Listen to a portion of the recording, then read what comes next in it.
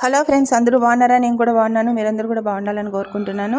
మరేంటంటే ఈ వీడియో మైదా పిండి షుగరు కలిపి మైదా పిండితో తీపి బోండాలు అని వేసుకుంటాం కదా, అట్లా అది నేను చేసుకున్నాను. అందుకని మీరు కూడా ట్రై చేయండి, చాలా రుచికరంగా ఉంటాయి. అందుకని చెప్పి నేను చేసుకునేటప్పుడు అది మైదా పిండి, సోడా, సాల్ట్ అంతా వేసి కలుపుకొని చేసుకున్నాను కదా, అది చిన్న వీడియో తీసి పెట్టాను. చాలా టేస్టీగా అంటే టేస్టీగా ఉంటుంది. మీరు కూడా ఎప్పుడైనా కావాలంటే ట్రై చేయండి. అలాగే ఆ పిండితో స్వీట్ బోండాలే కాకుండా ఉల్లిపాయలు, పచ్చిమిరపకాయలు కూడా వేసుకొని కారపు బోండాలు అలా చేసుకోవచ్చు. ఇంకా మైదా పిండిలో బియ్యం పిండి కలిపి మామూలు బోండాలు కూడా చేసుకోవచ్చు, చాలా బాగుంటాయి. కానీ ఇవైతే అందరూ చేస్తూ ఉంటారు.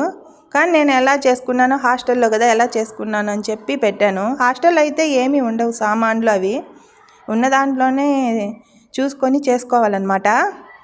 అందుకనే కానీ టేస్ట్ అయితే చాలా బాగున్నాయి. మీకు ఈ వీడియో నచ్చినట్టయితే సబ్స్క్రైబ్ చేసుకోండి.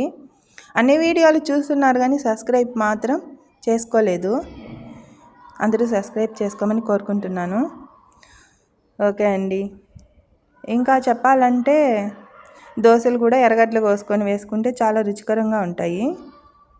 అందుకనే అందరూ ఇలా ట్రై చేయండి, చక్కెరతో, ఎర్రగడ్డలతో. ఓకే అండి, బాయ్.